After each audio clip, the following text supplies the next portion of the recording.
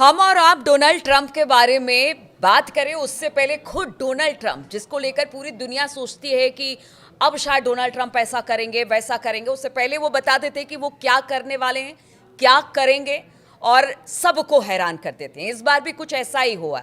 Venezuela में जिस तरह से वहां पर गिरफ्तार कर लिया गया वहां के राष्ट्रपति को, अब डोनाल्ड ट्रंप ने सुबह सुबह सबको चौंका दिया।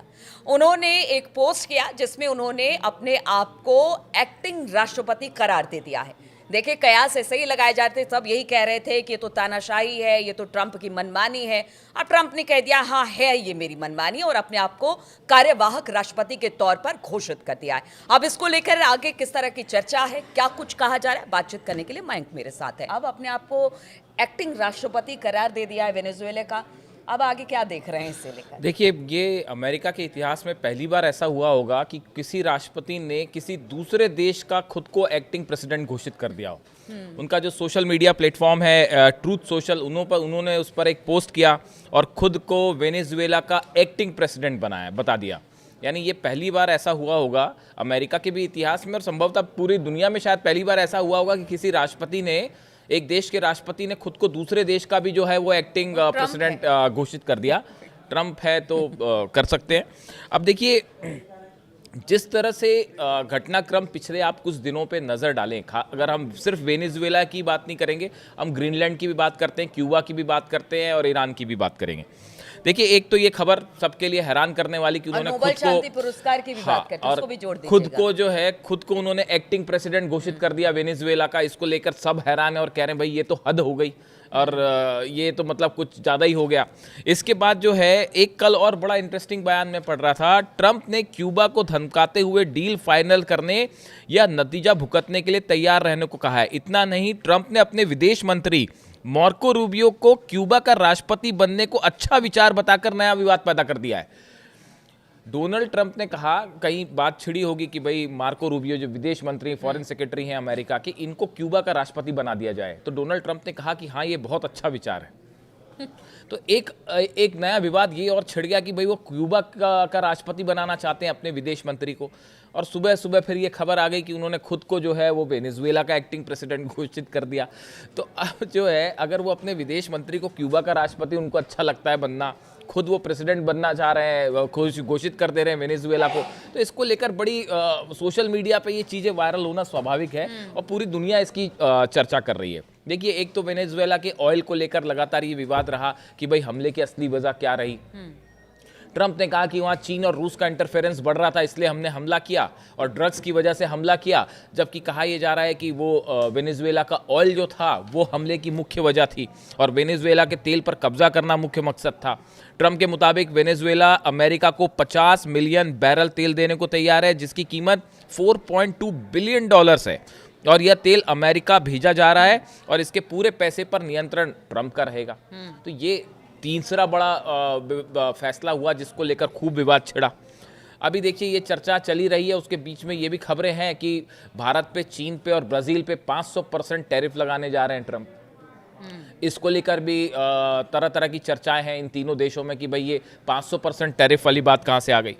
उसके बाद देखिए आप, ग्रीनलैंड को लेकर लगातार तनाव बना हुआ है। डोनाल्ड ट्रंप कह रहे हैं कि भाई ग्रीनलैंड जो है वो रूस और चीन के कब्जे में चला जाएगा, इसलिए हम ग्रीनलैंड को तो हम हासिल करके ही रहेंगे, यानी ग्रीनलैंड पर भी कब्जा करना चाह रहे हैं। तो अब आप देखिए, वेनेजुएला का खुद को वहाँ का क्या एक्टिंग प्रेसिडेंट घोषित कर दिया उन्होंने, कार्यकारी राष्ट्रपति घोषित कर दिया। मार्को रूबियो जो विदेश मंत्री हैं उनको वो क्यूबा का राष्ट्रपति बनाना उनको अच्छा इरादा लग रहा है। ग्रीनलैंड पर वो हमला करना चाह रहे हैं। भारत पे 500%, चाइना और ब्राज़ील पे 500% टैरिफ लगाना चाह रहे हैं।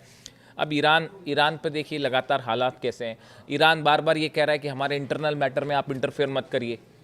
ट्रंप ये कह रहे हैं कि अगर प्रदर्शनकारियों पर हमले हुए तो हम जो है वो तैयार है इसके लिए। देखिए, हम भले ही हंस लें इस पर कि ट्रंप ऐसा कर रहे हैं वैसा कर रहे हैं, लेकिन देखिए जानकार यही बताते हैं कि ट्रंप ने इस बार मतलब ठीक है, पीछे प्लान उन्होंने के जो साथ किया, आए हैं वो बहुत अपने, हाँ। बहुत प्लान के साथ वो आए हैं। बिल्कुल। सीरियस नोट पर अगर बात की जाए, अगर वो चाहते हैं ग्रीनलैंड को अपने कब्जे में लेना, तो कहीं ना कहीं जो उनका रेयर अर्थ है और मिनरल्स है, जिस पर डिपेंडेंसी सब बहुत ज़्यादा चाइना पर है अमेरिका की, कम होगी। उसको खत्म करना चाहते हैं। दूसरी तरफ अगर बात की जाए वेनेजुएला की, तो वहाँ पर तेल के भंडार को लेकर वो मिडिल ईस्ट पर अपनी जो वो है वो कम करना चाहते हैं।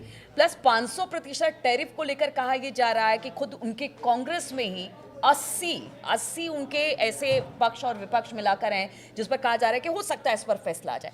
तो इस बार पूरी तैयारी के साथ है, भले हम आप हंस ले, लेकिन जो ट्रंप कर रहे हैं वो तो दुनिया को हिलाने वाला फैसला। देखिए, अब ये ट्रंप के जो भी फैसले आ रहे हैं, इन फैसलों से कई समीकरण बदले हैं पूरी दुनिया में। आप देखिए कि एक तो पूरी दुनिया में जो शक्ति संतुलन है, बैलेंस ऑफ पावर, ये तेजी से बदल रहा है। बिल्कुल। कोल्ड वॉर वाला जो हमने तनाव देखा रूस के बीच में, यूएसएसआर था उस समय, और अमेरिका के बीच में जो तनाव था, वही तनाव एक बार फिर रशिया और अमेरिका के बीच में अब देखा जाने लगा है। हाँ। जिस तरह से वेनेजुएला पर हमले हुए, रूस के शिप पर कब्जा हुआ, उसके बाद अब ग्रीनलैंड से रूस को हटाने की बात है। देखिए, अभी जो मिसाइल हमले किए पुतिन ने 2 दिन पहले यूक्रेन पे, और आर्सेनिक उनकी जो मिसाइल्स हैं वो फायर की गई, न्यूक्लियर मिसाइल्स फायर की गई, वो इस बात का संकेत था यूरोप को। तो देखिए, बड़े तेजी से जो है वो एक कोल्ड वॉर वाली सिचुएशन जो है वो फिर से खड़ी हो गई है। बात नंबर 1, पूरा का पूरा, दूसरी बड़ी बात, पूरा का पूरा मिडिल ईस्ट जो है वो अस्थिर है। आप ईरान देख लीजिए, आप गजा देख लीजिए, आप लेबनान देख लीजिए, आप सीरिया देख लीजिए, और अब तो यूएई और सऊदी भी भिड़ पड़े आपस में यमन को लेकर। पूरा मिडिल ईस्ट अस्थिर है। आप देख लीजिए, पुतिन, ईरान, चीन, नॉर्थ कोरिया, एक नया ब्लॉक जो है वो तेजी से बढ़ के सामने आ रहा है, जिसमें नॉर्थ कोरिया ने कल ही धमकी दी है कि हम जो है वो न्यूक्लियर हमला कर देंगे अमेरिका के ऊपर। तो एक जो है, आप देखिए, एक अमेरिका के खिलाफ एक बड़ा एक ब्लॉक नया बन के उभर कर सामने आ रहा है, जिसमें ईरान, रूस, चीन और नॉर्थ कोरिया हाँ, ये सारी चीजें तो चलिए ठीक है, ये जो 3-4 देश हैं वो अमेरिका के खिलाफ खड़े होते दिखाई दे रहे हैं, लेकिन ट्रंप जो है वो अपनी मनमानी कर रहे हैं। ईरान में जिस तरह के हालात है, कहा यह जा रहा है कि अगर ईरान पर मतलब अमेरिका हमला करता है और उसके बाद जो स्थिति बनती है, उससे साफ हो जाएगा कि कौन किसके साथ खड़ा है। अब तक तो बातें बहुत होती रही हैं, लेकिन उसके बाद पता चलेगा कि कौन खड़ा है, जिस तरह के ईरान के हालात हैं, और उससे बहुत हद तक एक वर्ल्ड सिनेरियो कह सकते हैं कि स्पष्ट क्लियर हो तौर जाएगा। से हाँ, क्लियर हो ये जाएगा। ठीक बात है कि अगर ईरान पर अमेरिका हमला करता है तो ये हमला ईरान वर्सेस अमेरिका तक सीमित नहीं रहेगा, ये बड़ा रूप ले लेगा वॉर का। इसमें रूस का भी इंटरफेरेंस होगा, चाइना का भी होगा, और संभवतः नॉर्थ कोरिया का भी हो जाए, खासकर वेनेजुएला के बाद। लेकिन इसको लेकर 2 राय हैं। पहली राय ये है कि लोगों का ये कहना है कि अमेरिका जो है वो सीधा ईरान पर हमला नहीं करेगा। जो ईरान को आप वेनेजुएला मत समझिए, ग्रीनलैंड मत समझिए, क्यूबा मत समझिए। ईरान के पास अच्छी खासी सेना है, एयरफोर्स भी है, अब तो एयरफोर्स भी है, और मिसाइल्स पावर भी है। बड़ा मिडिल ईस्ट का सबसे बड़ा पावरफुल कंट्री है वो ईरान है। तो ईरान पर हमला करना वेनेजुएला की तरह नहीं है कि आपने जो है प्लेन भेज दी और नहीं, तो इसीलिए देखा जा रहा है कि जो अशांति फैली है वो ये चाहते हैं कि वहां पर खामनी सरकार सत्ता जो है वो परिवर्तन चली हो। जाए, मतलब बिना कुछ किए वहां पर बहुत हद तक परिवर्तन हो जाए, और कहीं ना कहीं इनडायरेक्ट वे में जो ट्रंप हैं उनका अधिकार वहां पर हो जाए। लेकिन कोशिश ये, यही हाँ, है। कोशिश यही है, लेकिन ये होता नहीं दिख रहा। और दूसरी बात देखिए, आप ऐसा भी कई लोगों की राय है कि अभी ट्रंप जो है उनका फोकस ग्रीनलैंड, क्यूबा, इस तरफ ज़्यादा है, वेनेजुएला, हाँ, लैटिन अमेरिका। वो ये नहीं करेंगे कि वहाँ भी उलझे रहें और उसके बाद यहाँ भी अटैक कर दें। ये एक ऐसी स्थिति हो जाएगी जहाँ पे आप 2 फ्रंट खोलने वाली बात हो जाएगी। तो अभी लोगों का कई एक्सपर्ट्स ये भी कह रहे हैं कि अभी उनका फोकस ग्रीनलैंड पे है, वेनेजुएला पे है, क्यूबा पे है। वो अपना लैटिन अमेरिका उसको संभालने की कोशिश कर रहे हैं। और वहाँ पे उनका देखिए, एक बड़ी वजह ये भी बताई जाती है कि ईरान के जो ऑयल रिसोर्सेज हैं उस पर जिस तरह से कई एक्सपर्ट्स का ये कहना है कि अमेरिका अपना आधिपत्य जमाना चाह रहा था, अपना प्रभाव जमाना चाह रहा था, वो 12 दिन की जंग में संभव नहीं हुआ। इसीलिए टारगेट पे आया वेनेजुएला, क्योंकि ऑयल चाहिए। तो इसलिए ये कहा जा रहा है कि अभी ईरान पर शायद डायरेक्ट हमला ना करे अमेरिका, और फोकस ग्रीनलैंड को भी लेके रहे। लेकिन अगर ग्रीनलैंड पर कोई कार्रवाई करते हैं या क्यूबा में कोई कार्रवाई होती है, तो ऐसी सूरत में ये एक बार फिर सीधा सीधा पुतिन को चैलेंज होगा। ये सीधा सीधा चाइना को चैलेंज होगा। हाँ, है, पुतिन देखिए, एक बात आपने गौर की हो, पुतिन बड़े शांत बैठे हैं। आप देखिए, इस बात को नोट करिए, पिछले 8-9 दिनों से, या आप देख ले जब से वेनेजुएला पर हमला हुआ है, पुतिन की तरफ से कोई बयान नहीं आया है। और जब पुतिन शांत हो जाते हैं तो ये बड़ा खतरनाक होता है। ऐसा भी कहा जाता है, जो लोग अगर आप पुतिन को फॉलो करें तो जब भी बड़े फैसले लिए पुतिन अपनी तरफ से कोई बयान नहीं देते। वो ट्रम्प के बिल्कुल अपोजिट है। ट्रम्प अपना बयान देते हैं, पहले बयान देते हैं, काम बाद में करते हैं। एक काम करते हैं, 4 बयान देते हैं। पुतिन जो है, जब पुतिन ने कोई बड़े फैसले करने होते हैं, पुतिन शांत हो जाते हैं, वो बयानबाजी नहीं करते। मैंने इसीलिए ईरान का जिक्र किया कि अगर वहां पर किसी तरह का हमला या कुछ होता है तो फिर ये चीजें स्पष्ट हो जाएगी कि कौन किसके साथ है, और खुलकर अब हमने ये बात पहले भी कही है कि इसको लेकर ऑलरेडी चीन, रूस और ईरान के बीच में एक बैठक हो चुकी है और ये प्लान तैयार हो चुका है कि अगर अमेरिका हमला करता है तो दोनों देशों का क्या स्टैंड होगा। ये प्लान पहले से तैयार है, इसमें आप किसी गलतफहमी में मत रहिए। और अगर ये हमला होगा किसी भी तरह का ईरान का, तो आप देखें कि उसका जवाब जो है वो हो सकता है कि अगले ही दिन जो है वो चीन ताइवान पर हमला कर दे। आप देखें वहां पे कि ईरान पर हमला हुआ है, नेक्स्ट डे जो है चंद घंटों बाद चीन ताइवान पर हमला कर दे। तो आप इसके कई सारे परिणाम देखने को मिलेंगे। ऐसा नहीं है कि सिर्फ ईरान पर हमला हो, जो 12 दिन की जंग थी उसी तरह का मामला होगा, या न्यूक्लियर ठिकाने तो आप कह रहे हैं कि आपने तबाह कर दिए, तो फिर अब कहाँ हमले करेंगे, अब हमले कहाँ करोगे आप।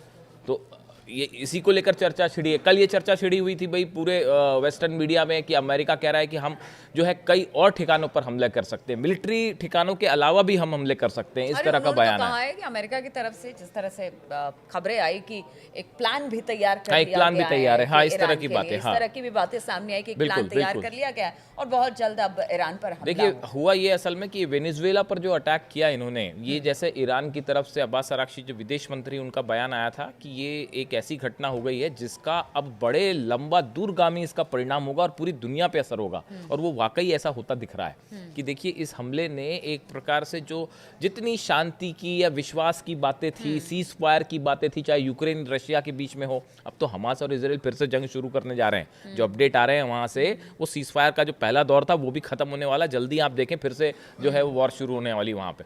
तो ये जो एक ट्रस्ट वाला था मामला वो पूरी तरह से खत्म हो चुका है और अब एक बार फिर पावर स्ट्रगल शुरू हो गया है। और उसमें एक ब्लॉक चाइना, रशिया, ईरान एक तरफ खड़े हैं और दूसरी तरफ जो है अमेरिका और यूरोपियन कंट्रीज खड़ी हैं, जिनके बीच में आने वाले समय में कोई भी एक बड़ी घटना, ये बात ट्रम्प भी समझ रहे हैं, ये बात यूरोप भी समझ रहा है कि, और ये बात इजराइल भी समझ रहा है कि कोई भी एक बड़ी घटना उसके बड़े लंबे परिणाम होंगे, उसके हिसाब से ही ईरान को तय किया जाएगा। चलिए, अमेरिका जिस तरह से और ट्रम्प जिस तरह के फैसले ले रहे हैं, पूरी दुनिया में इसे लेकर हड़कंप मचा हुआ है और लोग यही कह रहे हैं कि ट्रम्प आखिर करना क्या चाहते हैं। क्या ये अमेरिका के हित में ज़्यादा नुकसान आगे आने वाले दिनों में, यानी कि लॉन्ग टर्म में ज़्यादा देखने को मिलेगा, या फिर जो फैसले ट्रम्प ले रहे हैं वो अमेरिका के हित में है। अब इसको लेकर ट्रम्प तो यही दावे कर रहे हैं कि वो अमेरिका को ग्रेट अमेरिका बनाना चाहते हैं और इसलिए ये सब कुछ हो रहा है। लेकिन दुनिया में उथल पुथल है और ट्रम्प के फैसले ज़रूर जो बाकी देश हैं उनके लिए एक तरह से कह लीजिए कि आने वाले समय में तैयार रहने की ज़रूरत उन देशों के लिए जिसके लिए ट्रम्प ने प्लान तैयार कर रखा है। चलिए, इन तमाम खबरों पर हमारी नज़र बनी रहेगी, आप बने रहिए हमारे साथ।